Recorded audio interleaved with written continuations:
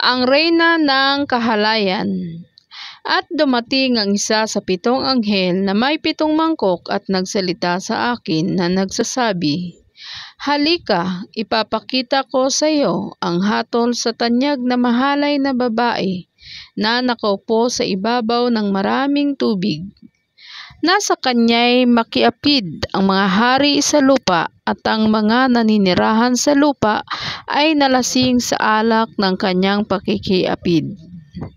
At ako'y kanyang dinalang nasa espiritu sa isang ilang at nakita ko ang isang babae na nakasakay sa isang halimaw na pula na puno ng mga pangalan na kalapastanganan na may 7 ulo at 10 sungay.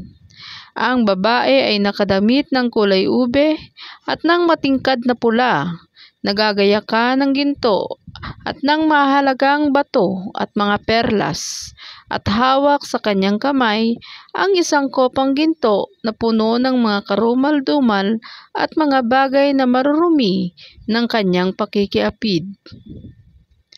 At sa kanyang noo ay nakasulat ang isang pangalan, ang isang hiwaga, dakilang Babilonya, ina ng mga mahalay na babae at ng mga karumal-dumal sa lupa. At nakita ko ang babae na lasing sa dugo ng mga banal at sa dugo ng mga martir ni Jesus. Nang makita ko siya, ako ay lubhang nagilalas. Ngunit sinabi sa akin ng anghel, "Bakit ka nagilalas? Sasabihin ko sa iyo ang hiwaga ng babae at ng sinasakyan niyang halimaw na may 7 ulo at 10 sungay.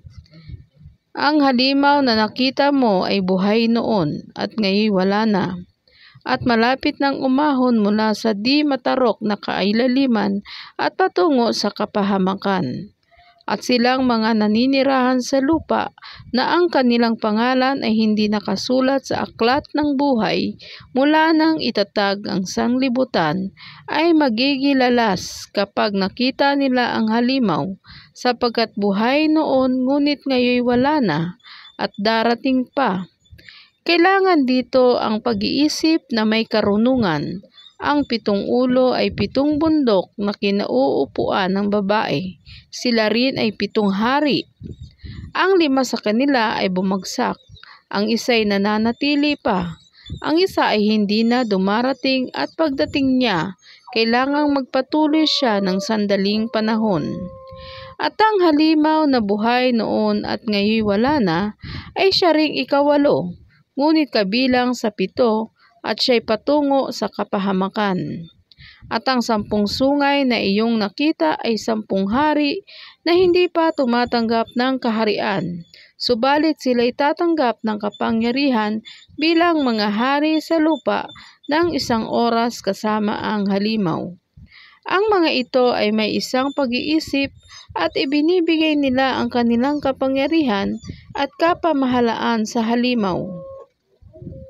Makikipagdigma ang mga ito laban sa kordero at sila'y dadaigin ng kordero, sapagkat siya'y Panginoon ng mga Panginoon at Hari ng mga hari, at ang mga kasama niya ay mga tinawag na mga hinirang at tapat. At sinabi niya sa akin, ang tubig na iyong nakita na kinauupuan ng mahalay na babae ay mga bayan, napakaraming tao, mga bansa at mga wika. At ang 10 sungay na iyong nakita, sila at ang halimaw ay mapupuot sa mahalay na babae.